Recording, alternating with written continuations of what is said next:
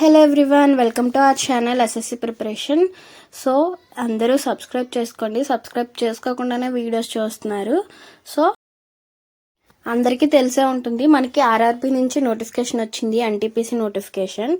So ఎవరైతే inter pass అవుతారో under graduates కూడా ఇది ఒక మంచి యూజ్ అయ్యే నోటిఫికేషనే. సో లేట్ చేయకుండా అందరూ అప్లై చేసండి. సో ఎగ్జామ్కి ఇంకా ఎంత టైం ఉంది, ఏజ్ లిమిట్ ఎంత, సబ్జెక్ట్స్ అసలు ఎగ్జామ్ ప్యాటర్న్ ఏంటనేది కూడా నేను మొత్తం ఈ వీడియోలో ఎక్స్ప్లెయిన్ చేస్తాను. సో మీరు లైక్, షేర్ అండ్ సబ్స్క్రైబ్ చేసుకుంటే సరిపోద్ది. సో ఫస్ట్ ఇది ఎగ్జామ్ ప్యాటర్న్ అది కంప్యూటర్ బేస్డ్ టెస్ట్, అంటే మనకి కంప్యూటర్లో ఎగ్జామ్ ఉంటుంది. సో ఫస్ట్ ఇది 2 పేపర్స్ ఉంటుంది. ఫస్ట్ పేపర్ వచ్చేసి 100 క్వశ్చన్స్ ఇస్తాడు. సో మనకి ఈచ్ వన్ 1 మార్క్, అంటే 100 మార్క్స్. మనకి ఇచ్చే టైం ఎంతంటే only 90 minutes. 90 minutes 1/3 negative marking కూడా ఉంది. So computer based test. Second step ఏంటంటే సెకండ్ పేపర్ ఉంటుంది, అది 120 క్వశ్చన్స్ 120 మినిట్స్, అదే 120 మార్క్స్.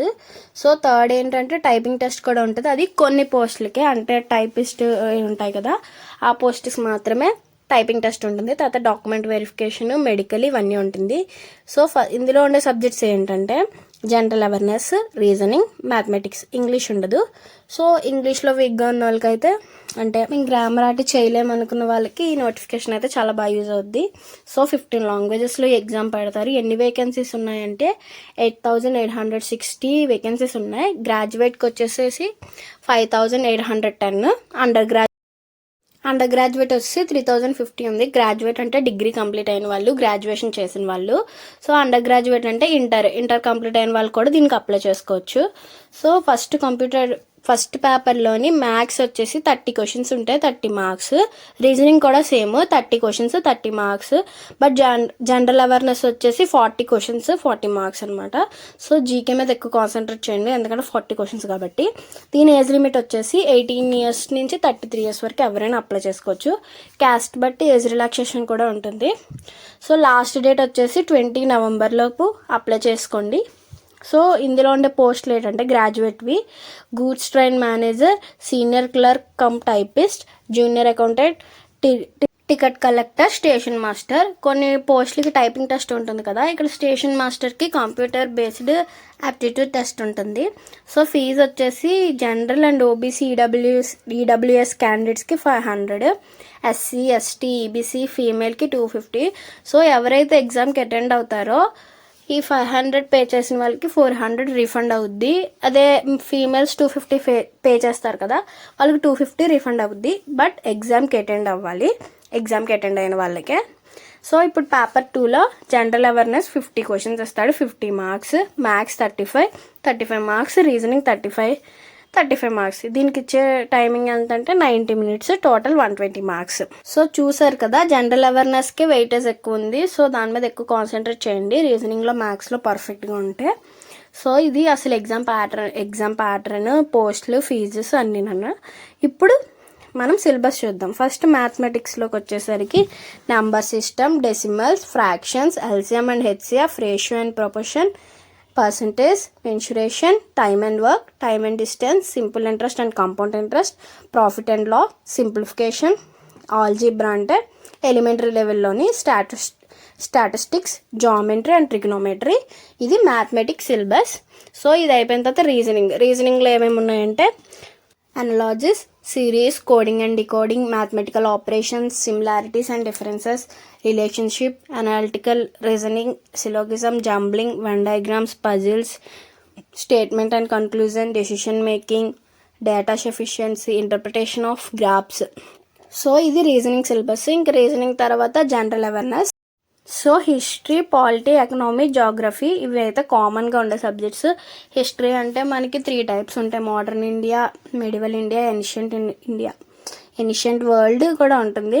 సో పాలిటిక్ వచ్చేసరికి మనకి షెడ్యూల్స్, ఆర్టికల్స్, కాన్స్టిట్యూషన్ గురించి ఎక్కువ అడుగుతాడు.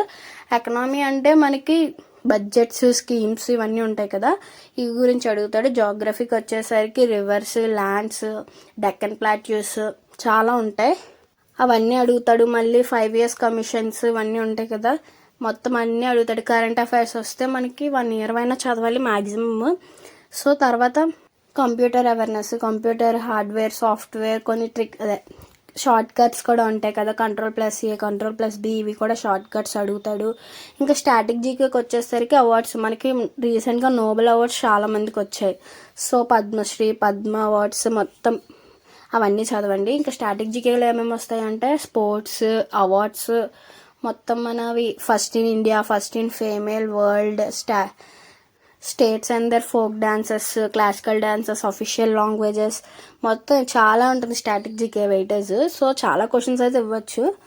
మార్క్స్ వచ్చేసరికి అన్రిజర్వ్డ్ క్యాండిడేట్స్ అయితే 80+ స్కోర్ చేయాలి. మరి ఓబీసీ అయితే 80 మార్క్స్ స్కోర్ చేయాలి. ఎస్సీ ఎస్టీ వాళ్ళు అయితే అట్లీస్ట్ 65 to 70 మధ్యలో ఉండాలి. ఈడబ్ల్యూఎస్ క్యాండిడేట్స్ అయితే 50 to 60 మధ్యలో స్కోర్ చేసుకుంటే సెకండ్ పేపర్కి క్వాలిఫై అవుతారు. సో క్వాలిఫికేషన్ వచ్చేసి గ్రాడ్యుయేట్ అయితే 18 నుంచి 33 ఇయర్స్ అయి ఉండాలి. అండర్ గ్రాడ్యుయేట్ అయితే 18 to 30 ఇయర్స్. సో ఇండియన్ అయితే అయి ఉండాలి. So this is the best opportunity for under graduates.